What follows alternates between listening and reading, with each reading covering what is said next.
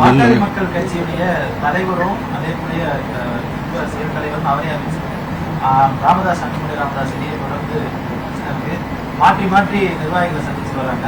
இப்ப ராமதாஸை சந்திச்ச விடுதலை சிறுத்தைகள் கட்சி தலைவரையும் செல்வ பெருந்தகையும் அன்புமணி ராமதாஸ் விமர்சிச்சிருக்காரு. திடீர் பாசம் ஏன்னு கேட்டிருக்காரு.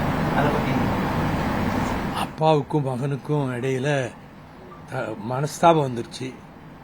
அது ஒரு காலகட்டத்தில் பேச்சுவார்த்தையில கூட சமாதானம் ஆகலாம். அது நமக்கு தெரியாது. அது உட்கட்சி பிரச்சனை. அதை பற்றி நான் ஒன்றும் சொல்றதுக்கு இல்லை. சில காரணங்களால வெளியில வந்த மதிமுக இன்னைக்கு திமுகவினுடைய வெற்றிக்காக பாடுபட்டு உழைப்போன்னு சொல்றீங்க. மதிமுகவினுடைய எதிர்காலம் எதை நோக்கி சார் இருக்கு? எதுக்காக திமுகவோட போனோம்னு மிக தெளிவான அறிக்கை கொடுத்தோம். நாங்க இந்துத்துவா சக்திகள் தமிழ்நாட்டிலே காலூன்றிவிடக் கூடாது என்பதற்காக, திராவிட இயக்கத்தை பாதுகாப்பதற்காக, திராவிட முன்னேற்ற கழகத்தோடு மறுமலர்ச்சி திராவிட முன்னேற்ற கழகம் உடன்பாடு கொண்டு கூட்டணியிலே சேர்வது என்று நாங்கள் முடிவெடுத்தோம் உயர்நிலை குழுவிலே. அதையே பொதுக்குழுவும் ஏற்றுக்கொண்டது. அந்த அடிப்படையில் தான் திராவிட முன்னேற்ற கழகத்தோடு நாங்கள் உடன்பாடு வைத்தோம். இன்றைக்கும் அதே நிலைப்பாடுதான். அதை மறுபரிசீலனை செய்ய வேண்டிய அவசியமே இல்லை.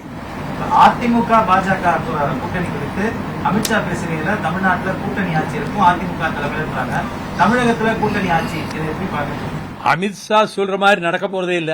அவங்க ஜெயிக்க போறதே இல்ல. பிஜேபியும் ஏடிஎம்கேயும் ஜெயிக்க போறதே இல்ல. ஆகவே இல்லாத ஒன்றுக்கு ஏன் கற்பனை செய்யணும்? அது நடக்க போறது இல்ல.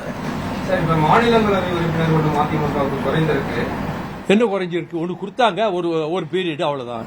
குறைந்திருக்கு. சட்டமன்ற தேர்தல் அந்த சீட் பேலத்துல டிமாண்ட் வைக்கப்படுமா? அதிக சீட் இதெல்லாங்க தேர்தல் வரும்போது கூட்டணியில பேச வேண்டிய பேச்சு. அதையெல்லாம் இப்பயே நண்பர்களே உங்ககிட்ட சொல்ல முடியுமா? இல்ல, அதெல்லாம் ஒரு விரக்தியிலும் இல்ல. நாங்க எல்லா கட்டங்களையும் கடந்து ஒரு தேர்தலையே புறக்கணிச்சவங்க முழுமையா. தமிழ்நாட்டில் எந்த கட்சியும் அப்படி செஞ்சதில்லை. ஆனா நாங்க எந்த சூழ்நிலைக்கு தயாரா இருப்போம். ஆனா நாங்க திமுக கூட்டணியில தொடரும்ங்கிறத உறுதிப்பட முடிவெடுத்திருக்கிறோம். பொதுக்குழுவிலையும் சரி, இன்றைய நிர்வாக குழுவிலையும் சரி. செய்திகளை உடனுக்குடன் தெரிந்து கொள்ள உடனே சப்ஸ்கிரைப் பண்ணுங்க.